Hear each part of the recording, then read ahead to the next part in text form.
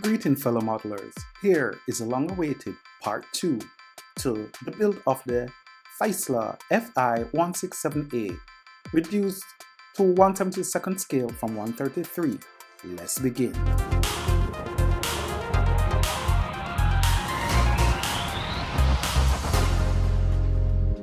Let's continue the build of the fuselage, especially below the fuselage, the forward section.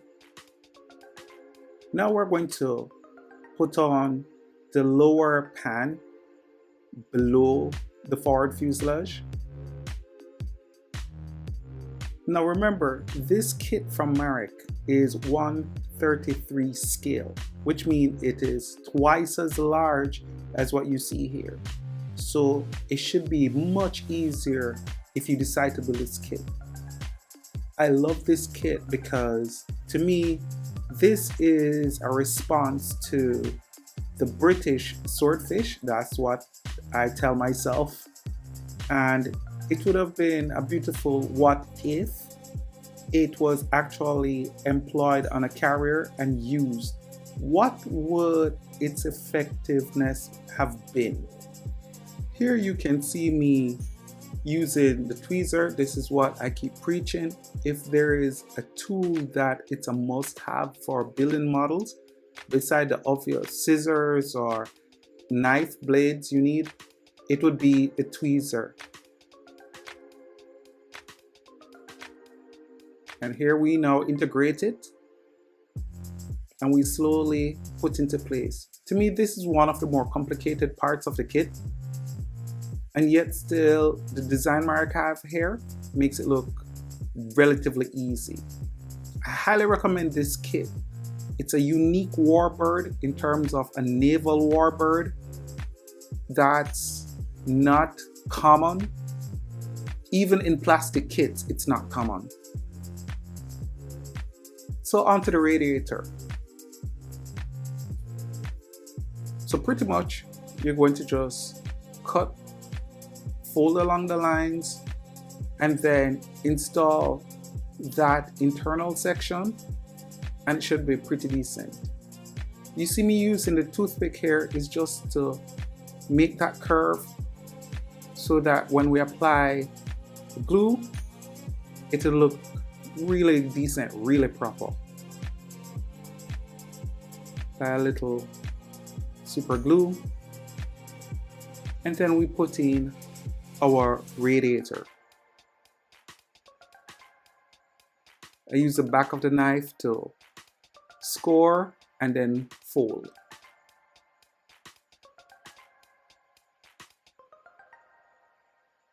Nice. To me, there are times when I don't like to see the white of the paper. So for a little more realism and showing that it's on the inside, I sort of color it with a pencil, as you saw, and then we put into position. And there you go. This bird is coming together pretty nice.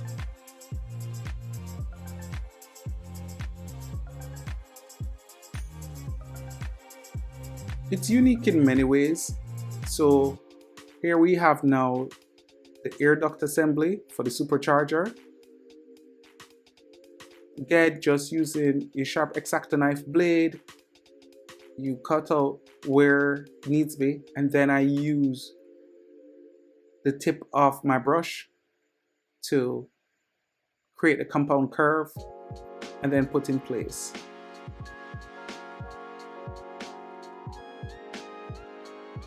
Again, let me tell you, this model was shrunk. It is twice the size you see here. So it should be much easier to put together.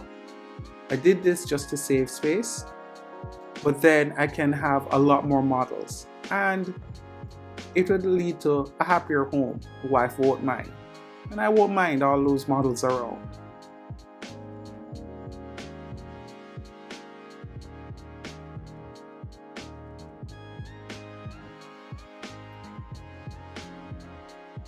So, like a MAREK kit, the instrument panel is not the most detailed, but it's very functional. And at this scale, it does look pretty decent. I just put into place by tacking a little super glue and using my tweezer to just put it in place. And there we have a decent looking fuselage. Look at that.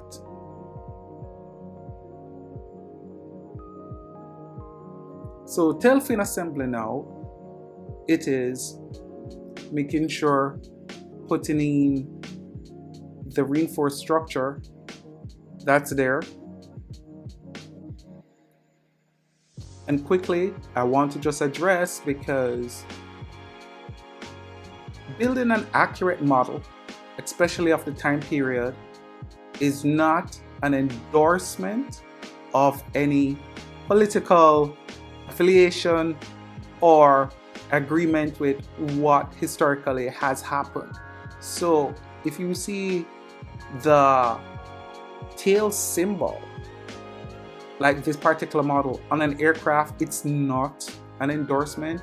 I've had 1 and 2 persons in the comment section being concerned, and there's a distinct history that we have, and we must learn that history is history.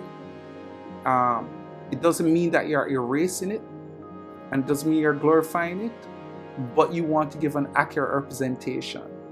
So that's the last I'll mention about why I do historical models. Even with the swaths on the tail section, it's for history purpose. So I hope you understand. Here now we just put the tail on. That's one thing that struck me about the tail of the Fuselage. It's how huge it is. It's huge. Here you see me using the toothpick to make sure have the fold there and to apply it. Yes. If you're learning the very basics of modeling, maybe you'd want to do a fiddler's green kit. This though is a step up from that kit, and it's really nice.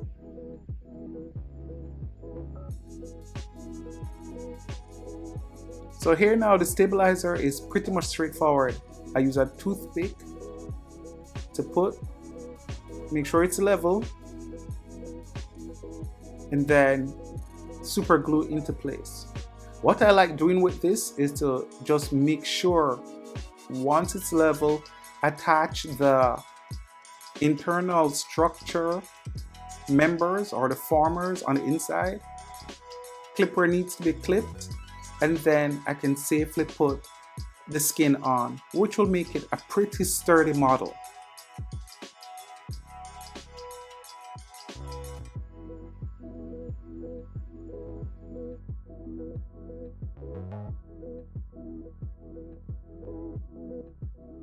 Much for just tuning in on a weekend to see what new models come, what reviews there is, and the different model kits that I'm building.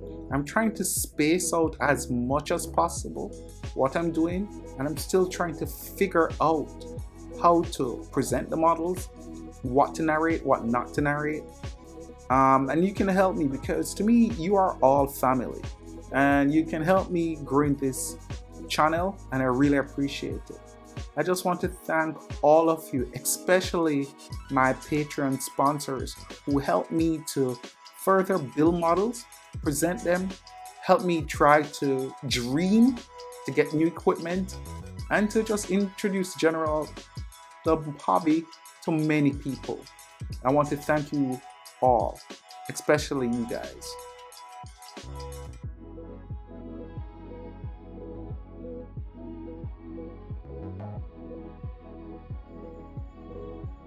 I apologize deeply for coming off screen with the building of the stabilizer, but I hope you got what I was trying to do there. Well, that will be it for today.